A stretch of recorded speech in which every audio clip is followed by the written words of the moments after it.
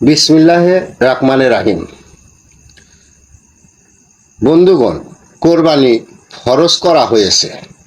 কোরবানি দিলে কি হবে আর কোরবানি না দিলে কি হবে এটা কেউ জানে না।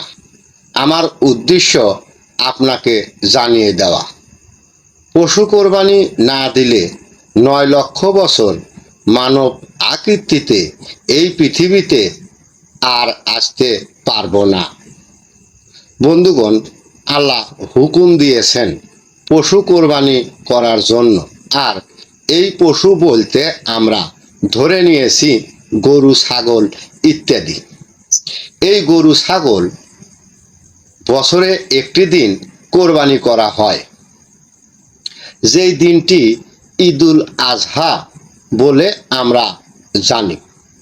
তেমনি জিলহজ মাসের 11 তারিখে মুসলমানদের কোরবানির বিশেষ দিন। বন্ধুগণ, জিলহজ মাসের 11 তারিখে কোরবানির বিশেষ দিন, এই দিন আমি মানি না। তেমনি গরু, ছাগল ইত্যাদি পশু হিসাবে আমি মানি না, কারণ যেই সকল ধর্মপণ্ডিতগণ গরু, ছাগলকে পশু হিসাবে সর্বসাধারণ মানুষকে বুঝিয়ে গেছেন, আমার জ্ঞানে ধর্মপণ্ডিতগণ আল্লাহর কালামকে উল্টা বুঝিয়ে গেছেন। সবাই একটু মনোযোগ দিন। আমরা মানব জাতি, মানব আকৃতিতে এই পৃথিবীতে জন্মগ্রহণ করেছি, পশু হিসাবে নয়।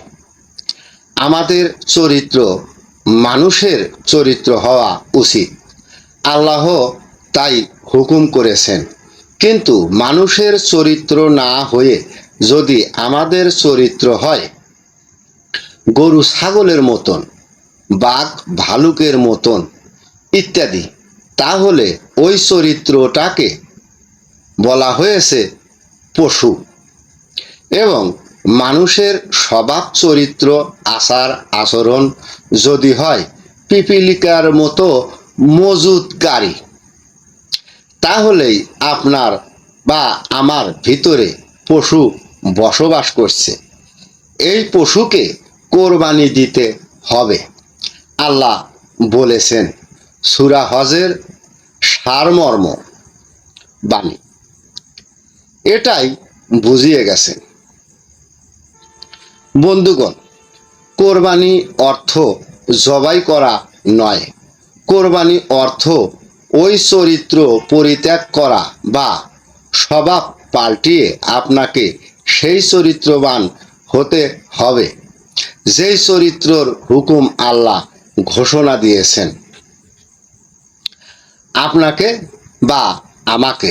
অর্থাৎ মানুষ যেই চরিত্র, সেই চরিত্রবান যেন আমি বা আপনি হতে পারি।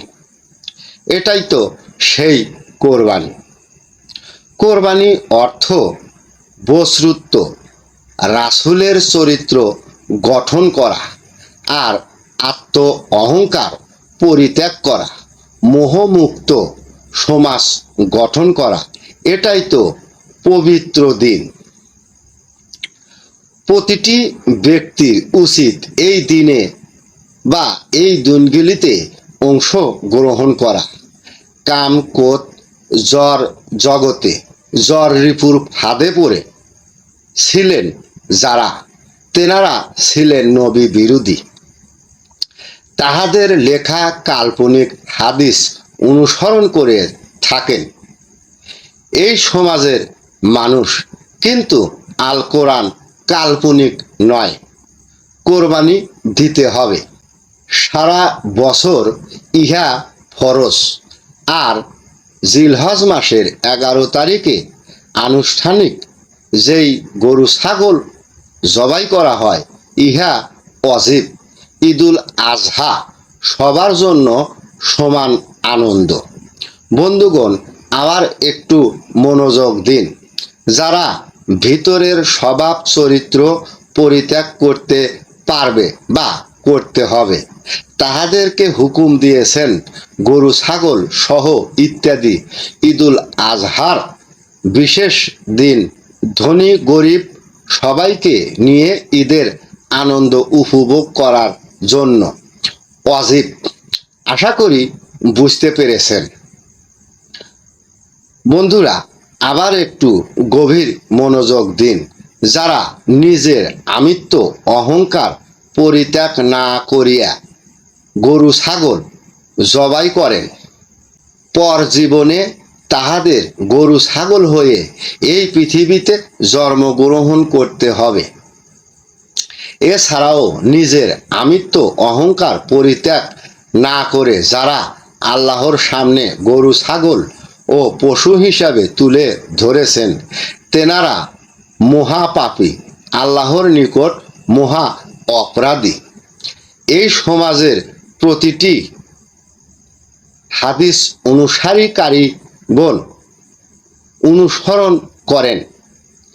একবার যদি মানবের স্থান হারিয়ে ফেলেন, 9 লক্ষ বছর এই পৃথিবীতে মানব আকৃতিতে আর আসতে পারবেন না। ভিডিওটি এই পর্যন্তই।